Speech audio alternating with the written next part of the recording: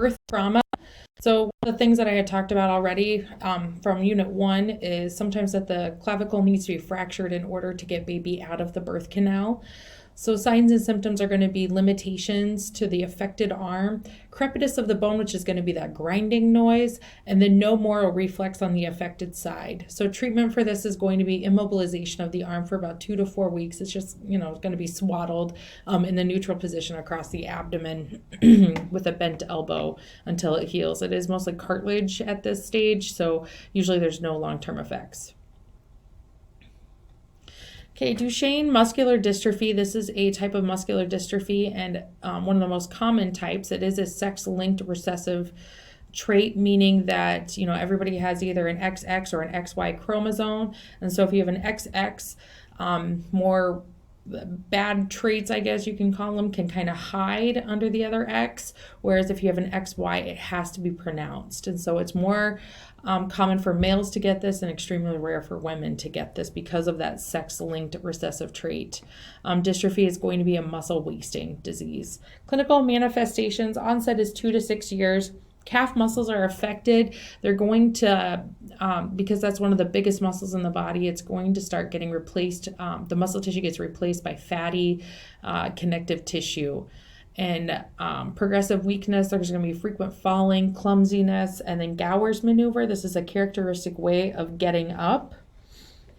So, and most children are wheelchair bound by the age of 12. Here's another picture of that Gower's maneuver.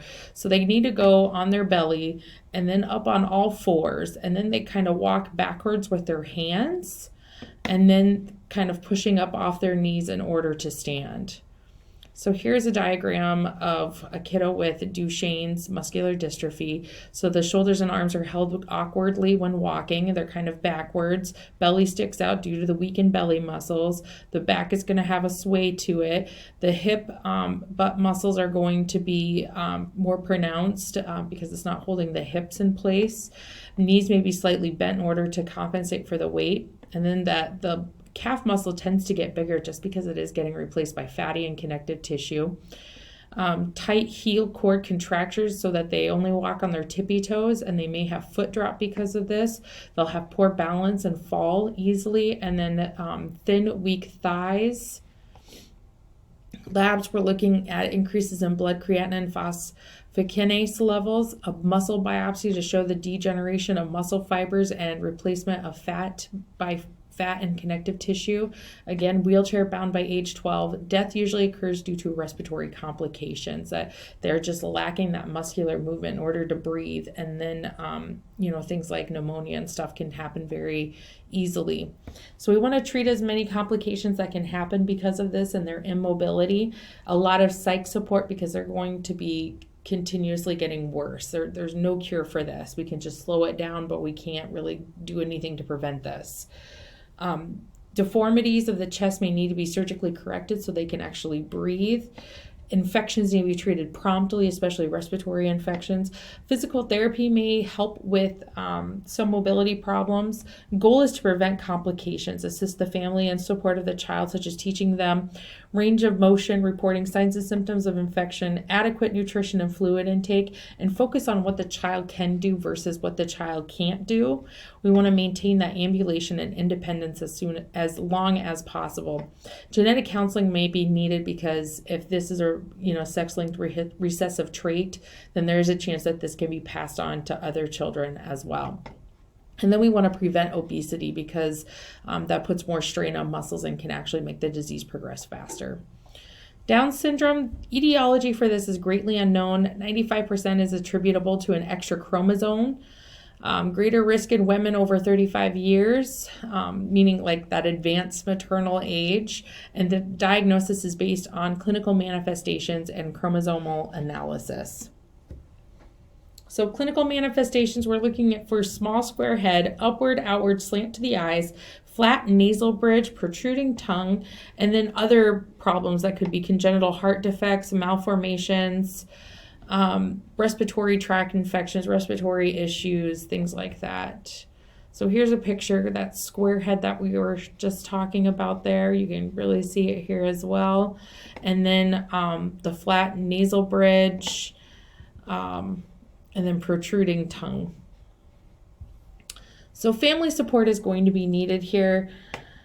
And then, lots of repetition is often needed in order to prevent physical problems and promote safety within the family. Assist in prenatal diagnosis and genetic counseling and get them into support groups if needed.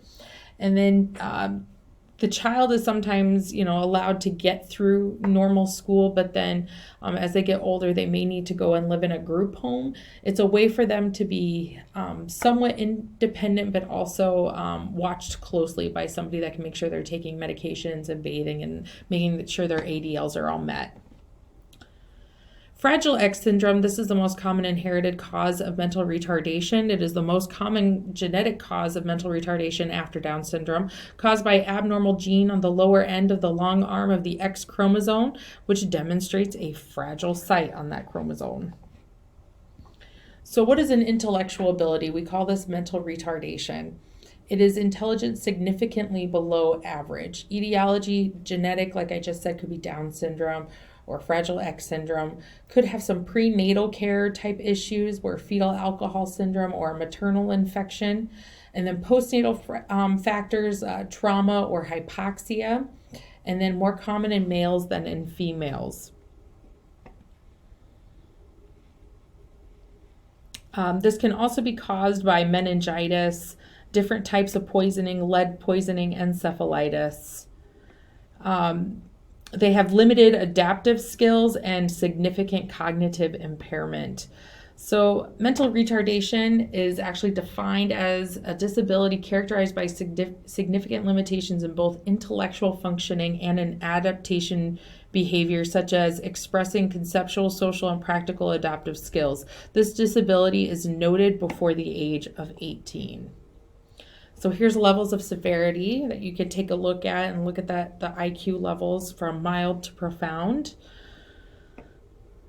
Diagnosis, we're going to need a lot of things to help with the diagnosis of this. It's going to be different lab tests, chromosomal analysis, looking at enzymes, looking at tox screens, and cranial imaging.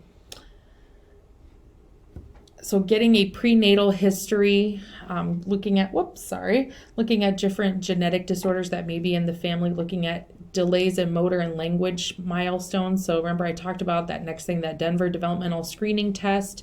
It's the second one, and that looks at, different things that they should be able to do at different ages. And then neuro exam, extra crease on the hand, it's characteristic, and then abnormal hair swirls, and low set ears. So nursing care is going to be on focus on early detection, promotion of optimal growth and development, and encourage promotion of self-esteem and self-care. So autism spectrum disorders. So it used to be thought that, okay, this person is going to be put in this category of A or this category of B. And while they're finding that there's so many interchangeable factors when it comes to autism, that they're more thinking of the umbrella like I've got pictured here, that it's an autism spectrum disorders. They're going to have some characteristics of this and that, but there may not be any rhyme or reason to it. But these three factors need to be there at some severity: difficulties in social interaction and communication, repetitive behaviors, and stereotyped interests and activities. So there's three main types of autism. You have classic autism, Asperger's syndrome, and pervasive developmental disorders. Cause is going to be greatly unknown. There's several studies being done that is looking at big time genetic causes. And then depending on how many genes are involved, may be dependent on how severe the case is. Signs and symptoms to look out for: a lot of repetitive action, wanting to be left alone, speech delays, that kind of thing. These often need multidisciplinary approach.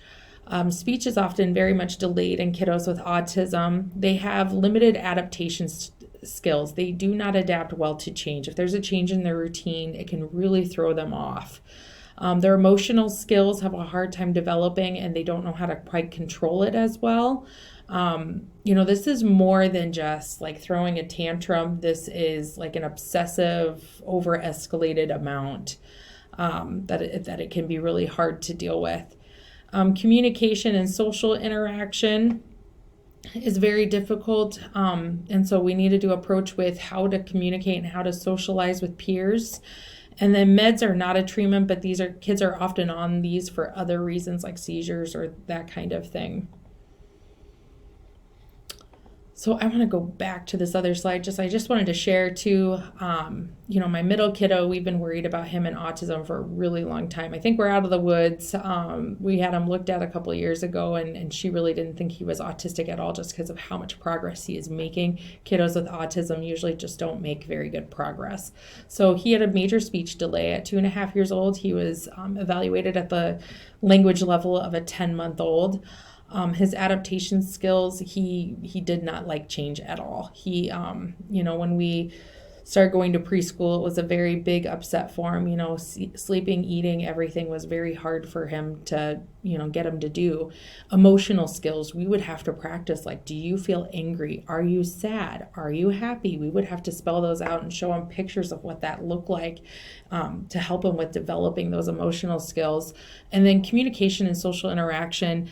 He was specifically put into preschool when he was 2 years old in order to help with this. They had a helper with him not 24/7, but during the school day, the entire day when he was 2, to really get him into groups and moving from that parallel play that we talked about to where he was actually playing with his peers.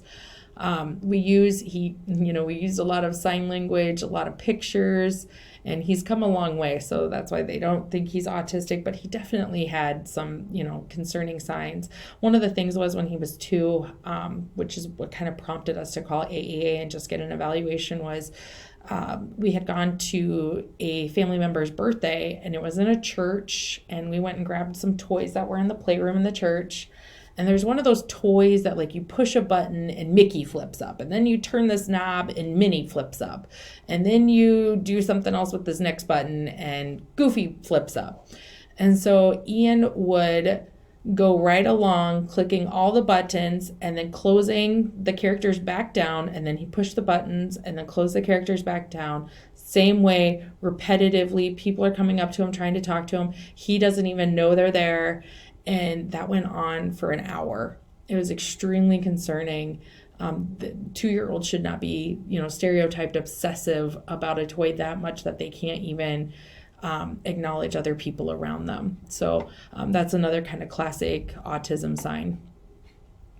So we're going to look at some other things that we need to think about: poisoning, bacterial meningitis, communicable diseases, sudden infant death syndrome, and any other hospital admission, and then failure to thrive.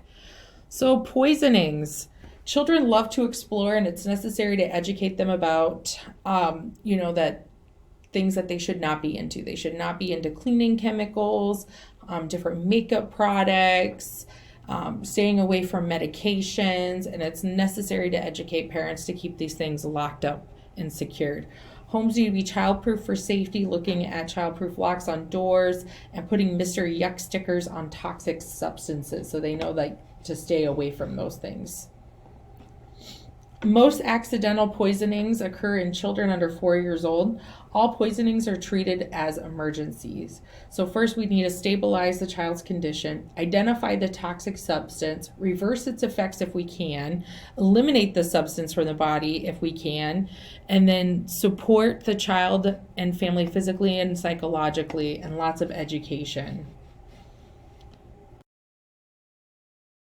Be a lot of guilt with this, which is why we need to support them with parents, which is why they need a lot of psychological support. My mother-in-law, she called me one time when she was watching Ian. He had gotten into some liquid ant poison and was eating it, and I kind of already knew. I'm like, oh, that substance is pretty harmless. It's mostly just sugar with a little bit of a toxin in it.